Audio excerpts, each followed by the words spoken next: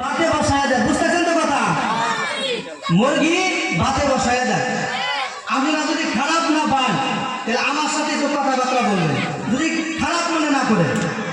যদি আপনারা কথা না করেন তাহলে আমি ভালো মতো বলে বুঝলেন না, না বুঝলেন আমার এই তো আপনার দোষ। যদি কিছু কথাবার্তা হয় আলোচনার ভিতরে তাহলে ভাবুন হয়তো কিছু বুঝতেছে নাকি কন। যাই হোক, আমাদের মা বোনেরা মুরগি যে ভাতে বসায়া দেয়, দেওয়ার পরে যে আন্ডাগুলো ওই মুরগির পাখার তলে থাকে সেইগুলোর কি হয় বলতে, কি হয়? বাচ্চা হয়, ছাও হয়, হয় না নাই? আর যেগুলো মুরগির পাখার বাহিরে থাকে ওইগুলো কি হয়? গুলা পচা।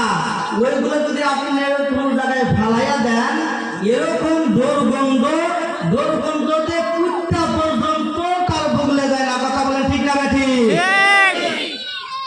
তাহলে এইটা হলো আমাদের একটা রহমতের পাখা। আজকে রহমতের পাখার ভিতরে যারা আমরা বসে আছি তাদের একদিন না একদিন বাচ্চা ফুটবেই, বলেন সুবহানাল্লাহ। আর যারা বাইরে ঘোরাফেরা করতেছে তারা ধরে নেন ওই পচা আন্ডার মতো তারা গন্ধ বেরিয়ে গেছে, বলেন ঠিক না বেটি? তাহলে এই প্যান্ডেলের ভিতরে যারা আমরা বাইরে এখনো ঘোরাফেরা করতেছি, ওই পচা আন্ডা হওয়ার থেকে ভালো আন্ডা হয়ে যায়, আল্লাহর রহমতের আওতায় আমরা এসে যাই। যারা বাহিরে আমরা বেকার ঘোরাফেরা করতেছি, আইসা আমরা প্যান্ডেলের ভিতরে বসে যাই। যাই হোক, আমি ওই দিকে কোনো বক্তব্য আলোচনা করব না। আমি আপনাদের সম্মুখে কুরআন ও হাদিস থেকে কিছু আলোচনা করব। যদি আপনারা আমার জন্য যদি দোয়া করেন অবশ্যই ইনশাআল্লাহ আমি আলোচনা করতে পারবো। যাই হোক, আমার বাবাজিরা রে, আমার সোনার চাঁদি প্রিয় মুসলমান, আল্লাহ রাব্বুল আলামিন কোরআনে কারীমের ভিতরে বর্ণনা করেছেন রে দাদু, যদি আমরা কোরআন খানাকে স্টাডি করি, যদি আমরা কোরআন খানাকে পড়ি রে বাবা, আল্লাহ রাব্বুল আলামিন কোরআনের ভিতরে বর্ণনা করেছেন আল্লাযী খালাকাল মাউতা ওয়াল হায়াতা লিয়াবলুয়াকুম আইয়ুকুম আহসানু আমালা। আমার বাবাজিরা রে, দিলের কানটা লাগাইয়া শোনো রে বাবা, আল্লাহ রাব্বুল আলামিন বলেছে আমি তোমাদেরকে দুনিয়ার ভিতরে হায়াত দিয়া মওত দিয়া পাঠিয়েছি। তোমাদেরকে দুনিয়ার ভিতরে ভালো ভালো কাজ করার জন্য আমি আল্লাহ রাব্বুল আলামিন দুনিয়ার ভিতরে পাঠিয়েছি। আরে বাবাজিরা রে, গভীর চিন্তা করে দেখো রে বাবা, তোমার আমার জিন্দেগির ভিতরে কতটুকু ভালো কাম হইতেছে, আমার তোমার জিন্দেগির ভিতরে কতটুকু খারাপ কাম করতেছে রে বাবা। আল্লাহ রাব্বুল আলামিন বলেছেন আমি যদি তোমাদেরকে দুনিয়ার ভিতরে শুধু হায়াত দিয়া পাঠাইতাম, তাহলে যদি তোমরা ইচ্ছা মতো দুনিয়ার ভিতরে চলতা, আমার কোনো কথা আসতো না। কিন্তু আল্লাহ রাব্বুল আলামিন বলেছেন তোমাদেরকে মওত দিয়েও পাঠিয়েছি। আহারে বাবাজিরা রে, আমার আপনার সকলেরই মৃত্যু বরণ করতে হবে। আল্লাহ রাব্বুল আলামিন অপর জায়গায় কোরআনে কারীমের ভিতরে বলেছেন লা ইলাহা ইল্লাহু ইলাইহিল মাসির। আল্লাহ রাব্বুল আলামিন ছাড়া অন্য কোনো ইলাহ নাই, অন্য কোনো মাবুদ নাই। আমরা যে তার ইবাদত করব, কিন্তু আমরা যতই না করি ওই আল্লাহ রাব্বুল আলামিনের কাছে আমাদের সকলেরই ফিরে যেতে হবে। আল্লাহ রাব্বুল আলামিনের কাছে যদি আমাদের সকলেরই ফিরে যেতে হয়, তাহলে আল্লাহ রাব্বুল আলামিন কোরআনে কারীমের ভিতরে বলেছেন রে দাদু, যদি আমরা কোরআনকে যদি স্টাডি করি, আমরা কোরআনকে যদি তাফসীর করি, আমরা যদি কোরআনকে যদি পড়তে জানি, কোরআনের ভিতরে আল্লাহ রাব্বুল আলামিন সুন্দরভাবে বর্ণনা করে দিয়েছেন, ইন্নাল্লাযীনা ক্বালু রাব্বুনাল্লাহু সুম্মা ইসতাকামু তাতানাজ্জালু আলাইহিমুল মালায়েকা আল্লা তাখাফু ওয়া লা তাহজানু ওয়া আবশিরু বিল জান্নাহ। আমার আল্লাহ রাব্বুল আলামিন কোরআন কারীমের ভিতরে বর্ণনা করেছেন, নিশ্চয়ই যারা আমাকে একমাত্র রব বলে মানে, নিশ্চয়ই যারা আমাকে দুনিয়ার ভিতরে একমাত্র আল্লাহ বলে মানে, অতঃপর তারা আমার আদেশ নির্দেশের উপরে তারা অটল থাকে। মানে আল্লাহ রাব্বুল আলামিন যা কিছু আমাদেরকে করার জন্য বলেছে তাই আমরা করতেছি, আর যা কিছু বলার জন্য নিষেধ করেছে তা আমরা করতেছি না। আল্লাহ রাব্বুল আলামিনের ফেরেশতারা ওই লোক যে সময় মৃত্যুর সময় হয়ে যাবে, মৃত্যুর সময় হয়ে যাবে, সে যে সময় মরণের সময় হয়ে যাইবে রে বাবা, ওই সময় আসমান থেকে ফেরেশতা ওই মৃত্যু ব্যক্তির সম্মুখে আইসা হাজির হয়ে যাইবে, হাজির হয়ে বলবে, আল্লাহ তাখাফু,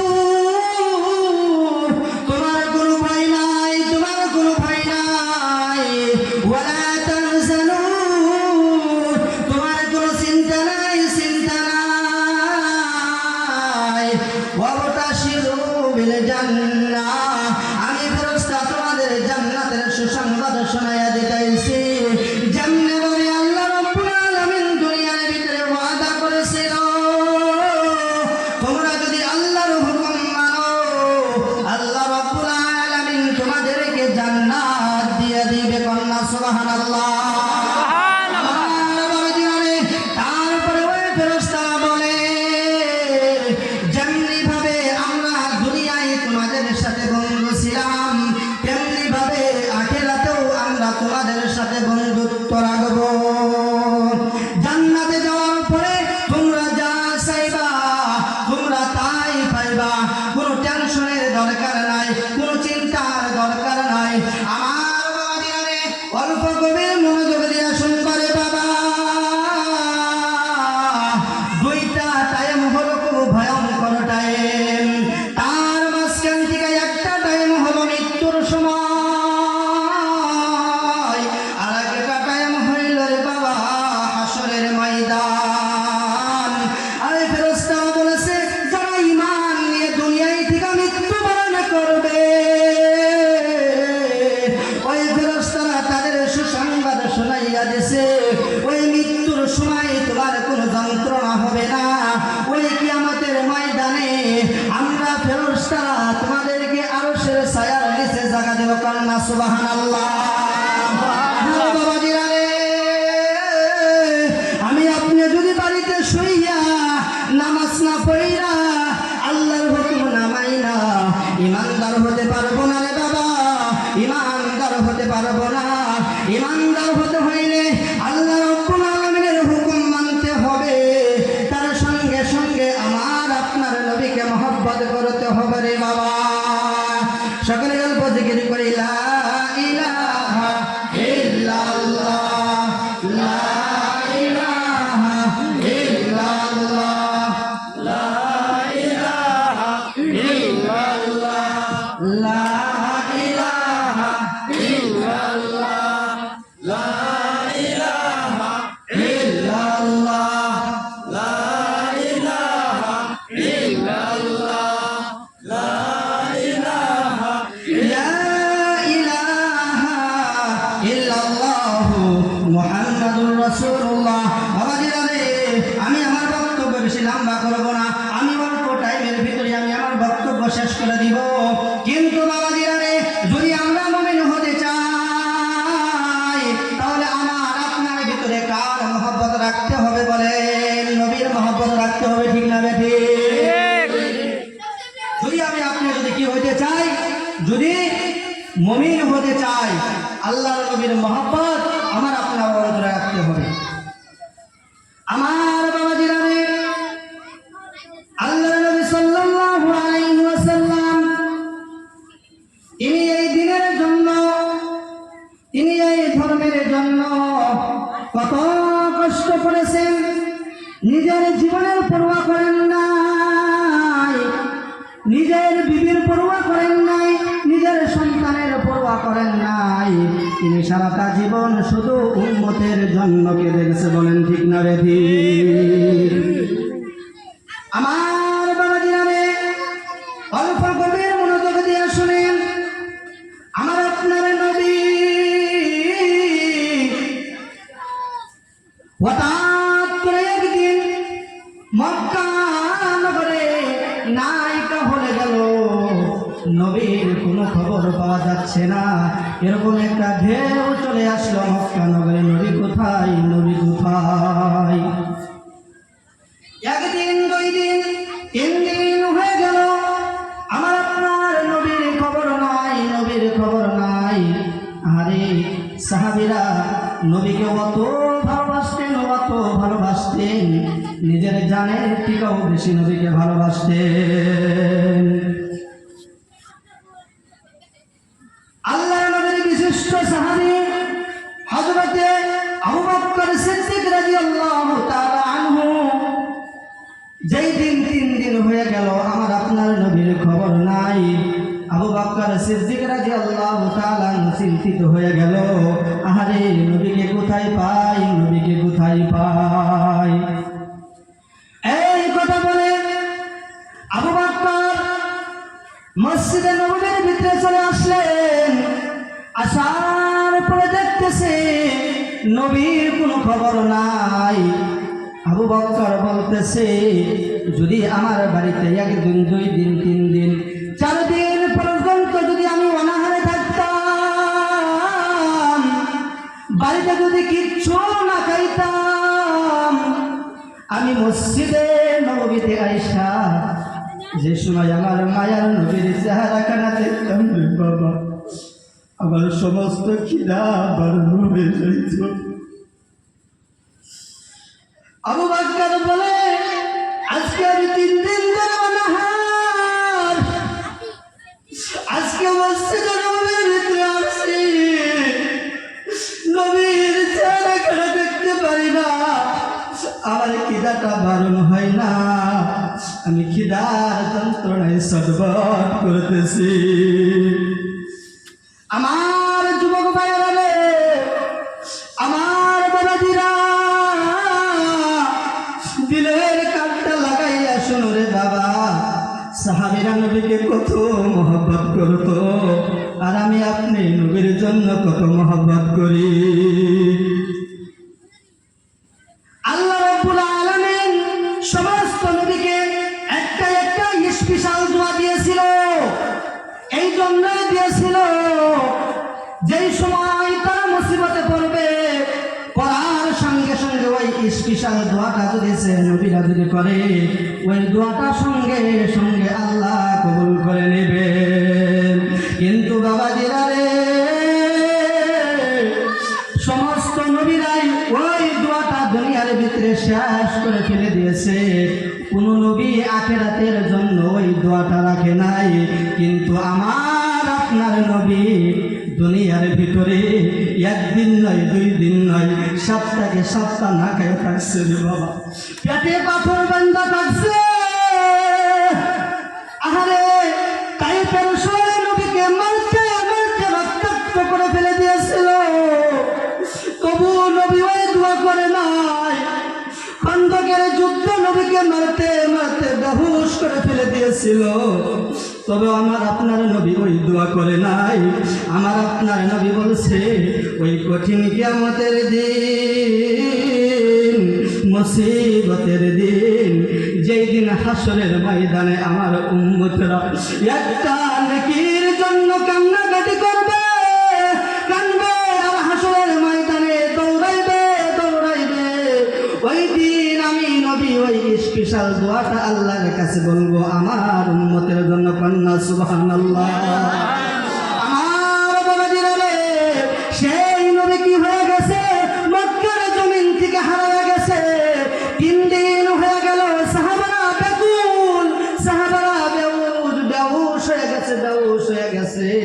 আবু বকরের চোখে পানি, ওমরের চোখে পানি। ওমর কি করলেন? মসজিদে নববীর ভিতরে আইসা রে বাবা বারিন্দা থেকে তরোয়ালখানা লইয়া হাতের ভিতরে লইয়া এইভাবে ঘোরায় আর বলে আমি আল্লাহর কসম খায়া বলতেছি, যদি আমি আমার নবীকে যদি না পাই, এই মক্কা নগরে আমি একটা মুনাফিককেও থাকতে দিব না। আমার বাবাজিরা রে, তারা এমনি বলে নাই, তাদের ইমানের পাওয়ার বলছে, তারা নবীকে অতটুকু মহব্বত করেছে। ওই সময় আবু বকর চোখের পানি ঝার করেছে আর বলে, ভাই ওমর, তুমি মাথা গরম করিল না রে ওমর, চলো একটা জায়গা আছে, চলো সেই জায়গাটাই আমরা দেখে আসি, আমার আপনার নবী থাকতে পারে। এই সময় আবু বকর আর ওমর মসজিদে নববীর পাশে একটা জায়গা আছে, সেই জায়গায় দুই সাহাবী চলে গেল। যায়া দেখে ওই জায়গায় ছোট ছোট বাচ্চারা ছাগল ভেড়া দুম্বাগুলো রাখতেছে।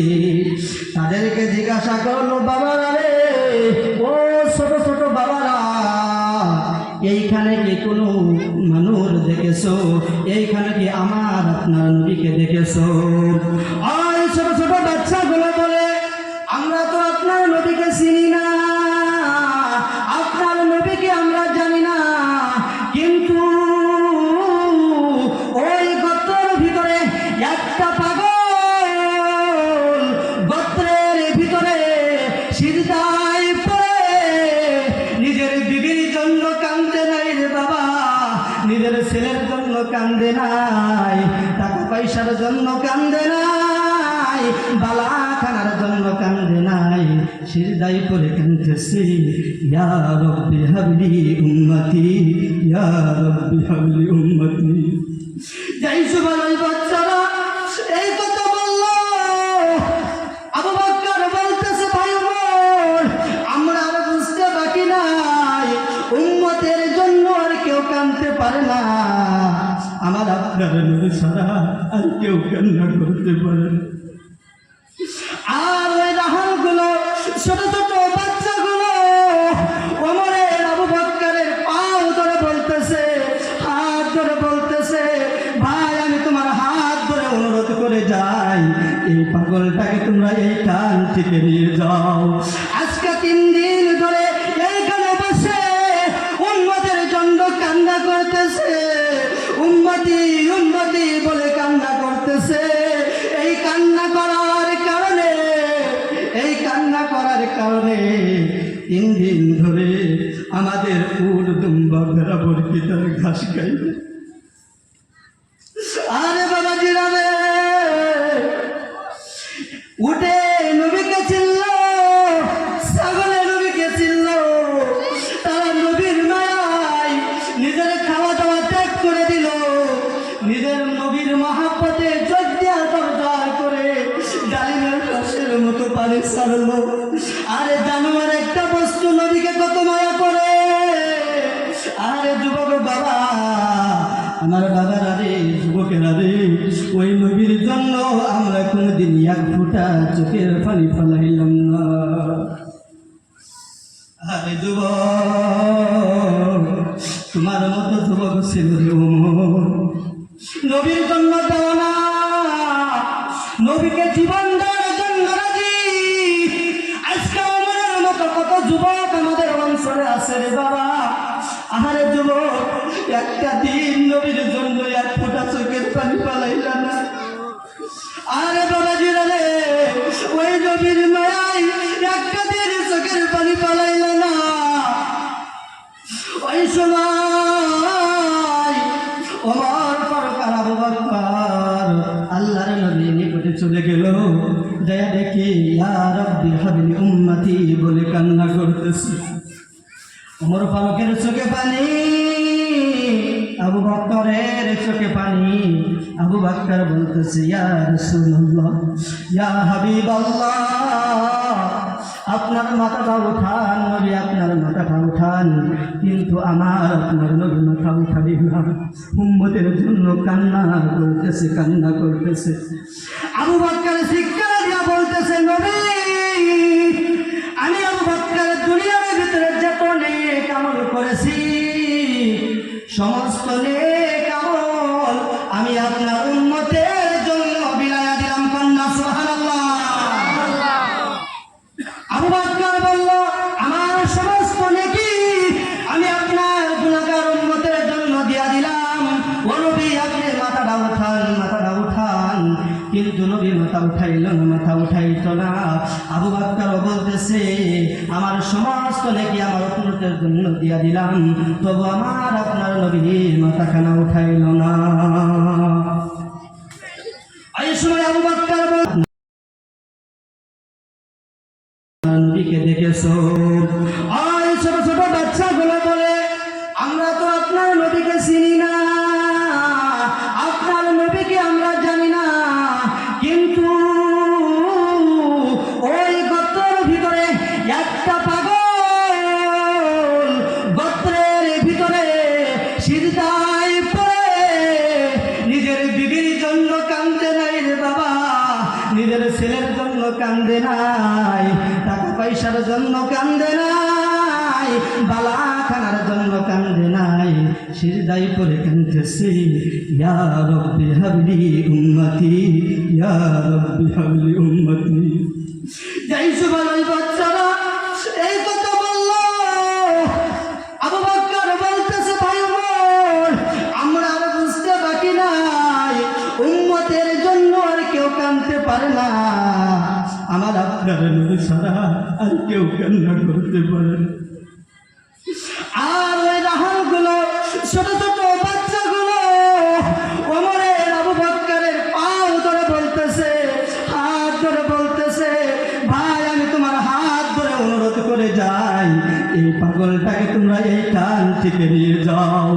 আজকে 3 দিন ধরে এইখানে বসে উম্মতের জন্য কান্না করতেছে, উম্মতি উম্মতি বলে কান্না করতেছে। এই কান্না করার কারণে, এই কান্না করার কারণে 3 দিন ধরে আমাদের উট দুম্বা ভেড়া বরকি তার ঘাস খাইবে। আরে বাবা জিরাবে উঠে নবীকে চিনল, ছাগলে নবীকে চিনল, তারা নবীর মায়ায় নিজের খাওয়া দাওয়া ত্যাগ করে দিল, নিজের নবীর মহাব্বতে জজ্ঞা দরদার করে ডালিমের রসের মতো পানি ছাড়ল। আরে জানোয়ার একটা বস্তু নবীকে কত মায়া করে। আরে যুবক বাবা, আমার বাবারা রে, যুবকেরা রে, ওই নবীর জন্য আমরা কোনোদিন এক ফোঁটা চোখের পানি ফেলাইলাম না।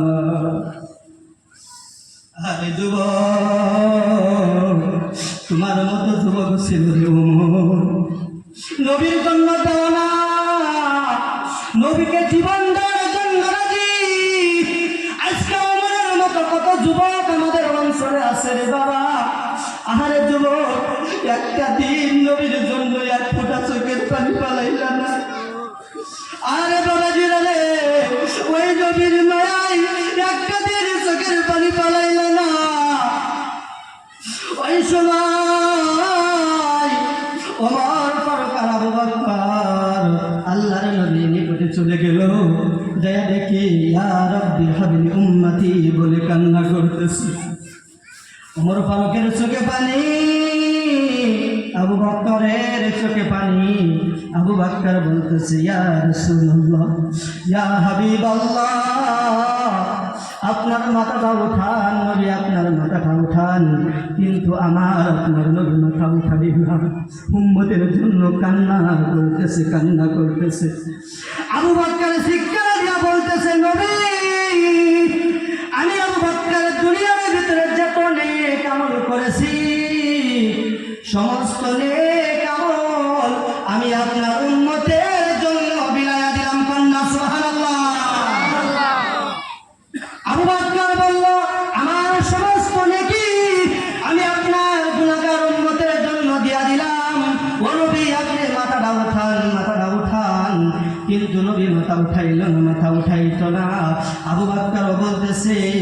আমার সমস্ত নেকি আমার উম্মতের জন্য দিয়া দিলাম, তবু আমার আপনার নবী মাথাখানা উঠাইল না।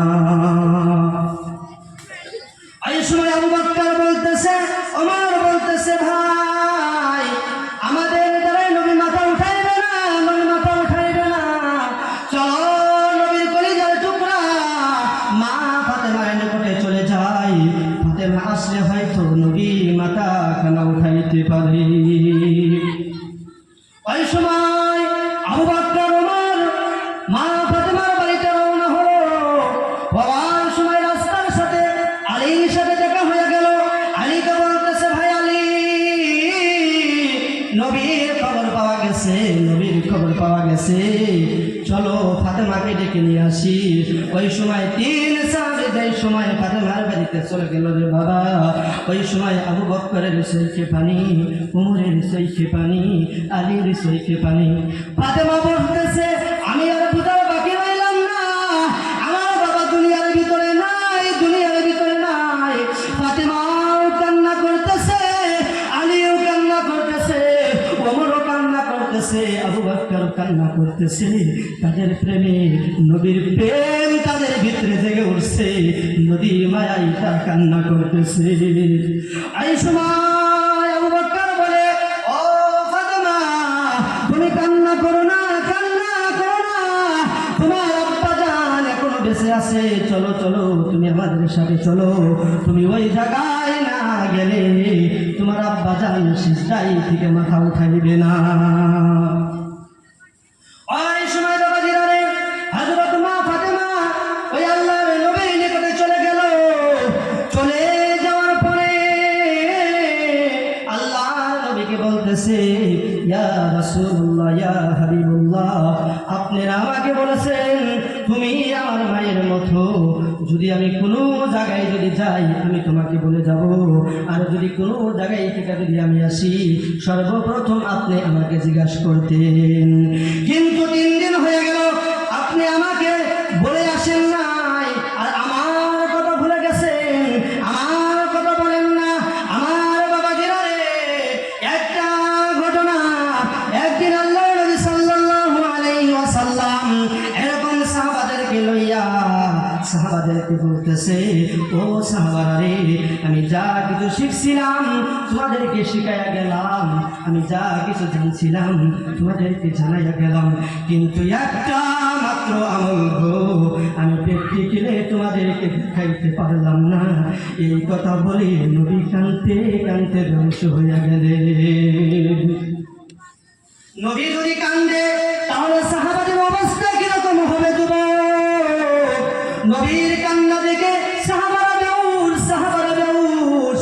সাহাবারা জিজ্ঞাসা করলো, ইয়া রাসূলুল্লাহ, ইয়া হাবিবাল্লাহ, বুঝলাম না আপনি কোন আমলটা আমাদেরকে প্র্যাকটিক্যালি শিখাই দিতে পারলেন না? এই সময় আমার আপনার নবী জার জার জার জার করে চোখ দিয়া পানি ডালিমের রসের মতো ছেড়ে দিয়া বলে, রে ও সাহাবীরা শুনো রে, আমি জীবনে বাবাকে কিভাবে খেজমত করা লাগে সেই আমলটা আমি শিখিয়ে দিতে পারি। আমি